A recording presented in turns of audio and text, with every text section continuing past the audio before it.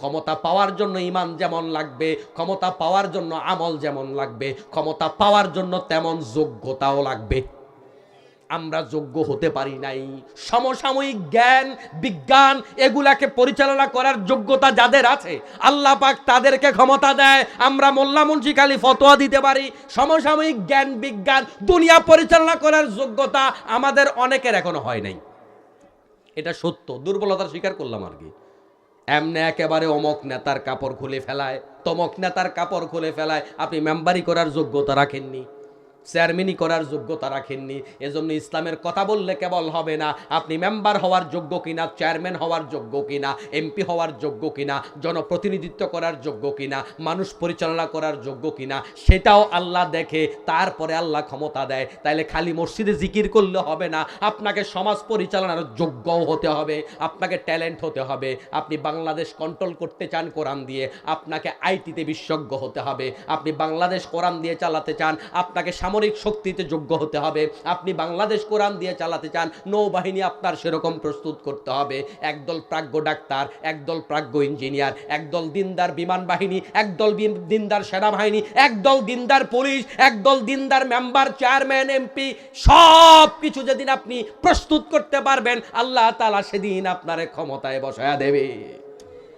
আমরা সেটা অর্জন করতে পারি না, এই জন্য আল্লাহ মোল্লারে ক্ষমতায় দেয় না, আল্লাহ অন্যদের ক্ষমতা দেয়।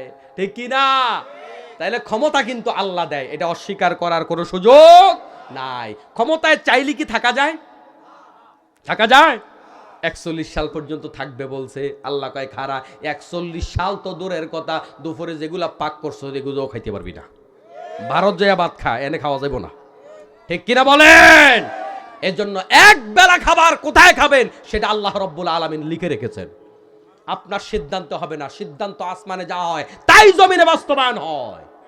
যারা আসমানের সিদ্ধান্তের উপর ভরসা করে তারা দুনিয়ার কাউকে পরোয়া করতে পারে না। ঠিক কিনা বলেন? আল্লাহ পাক আমাদেরকে ইমানদার বানিয়ে দাও, সঠিক ইমানদার, খাঁটি ইমানদার বানাও, আমিন। আল্লাহ বলেন আল্লাযীনা ইম্মাক্কান্নাহুম ফিল আরদি, যাদেরকে আল্লাহ জমিনের মধ্যে ক্ষমতা দেয় তাদের এক নাম্বার কাজ হলো আকামুস সালাহ, নামাজ কায়েম করবে। এখন আমরা হুজুররা তো দুনিয়ার বাহিরে আছি, মাহফিলগুলাতে চলে আসমানের উপরের ওয়াজ, মাটির তলের ওয়াজ, মসজিদের ভিতরের ওয়াজ, বাহিরের ওয়াজ আমরা মোল্লারা করতে রাজি না, কারণ আমরা সবাই সেফ জোনে থাকতে যাই, বিপদ আপদ কাঁধে লইতে রাজি না, মামলা হামলা খাইতে রাজি না। ঠিক কি না? জনগণ শুনতে রাজি না, জনগণ খুশি হুজুর আসমানের উপরের ওয়াজ, মাটির তলের ওয়াজ করেন, আপনি যত হাদিয়া লাগে লইয়া যান, কোনো সমস্যা নাই, মাইজখানের ওয়াজ করেন না। সভাপতি কয় হুজুর রাজনৈতিক ওয়াজ বন্ধ, বলে কি না? এরকম আসমানের উপরে আর মাটির তলের ওয়াজ যদি বিশ্বনবী সাল্লাল্লাহু আলাইহি ওয়াসাল্লাম করতেন, আবু জাহেল কইতো বাতিজা মোহাম্মদ কাবা শরীফের তুমি ইমামতি করো, টাইলস যত ট্রাক লাগে সব দিয়ে আমি দিব। আবু জাহেল কেন বিরোধিতা করছে? নামাজের জন্য, রোজার জন্য, হজের জন্য, জাকাতের জন্য, কিচ্ছুর জন্য না। আবু জাহেল বিরোধিতা করছে কারণ একটা, সেটা হলো বাতিজা মোহাম্মদ তুমি যা করো করো, আমার চেয়ার দইরা টান দিও না। আবু জাহেল যখন বুঝেছে বাতিজা মোহাম্মদ যে রাজনীতি শুরু করেছে ওইটা নামাজ রোজা হজ জাকাতের রাজনীতি নয়, এটা হলো ক্ষমতার চেয়ার ধরে টান দেওয়ার রাজনীতি, দুদিন পরে আমার ক্ষমতার চেয়ার থাকবে না, তখনই আবু জাহেল জেনে বুঝে আল্লাহর নবীর বিরুদ্ধে আন্দোলন শুরু করেছে। ঠিক না?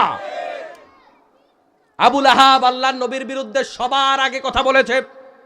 আল্লাহর নবী যখন ডাক দিয়ে বলল, মক্কার লোকেরা আমি তোমাদেরকে কিছু কথা বলতে চাই, তোমরা কি বিশ্বাস করো?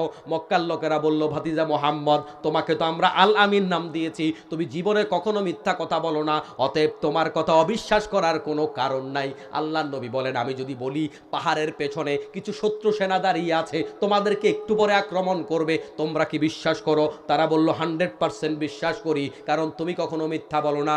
তাহলে তোমরা যদি আমার কথা বিশ্বাস করো, তাহলে আমি বলছি তোমরা যে মূর্তিগুলার পূজা করো এগুলার কারণে তোমরা জাহান্নামে যাইবা, এগুলো আমাদের আসল খোদা না, আসল খোদা আরশে আজিমে, তিনি হচ্ছে আল্লাহ।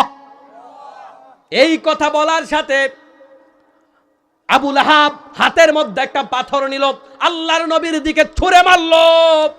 আল্লাহ রাব্বুল আলামিন এটা এত বেশি অপছন্দ করলেন, আল্লাহ রাব্বুল আলামিন তার হাবিবকে তার পক্ষাবলম্বন করে একটা সূরা নাজিল করলেন, সূরা লাহাব।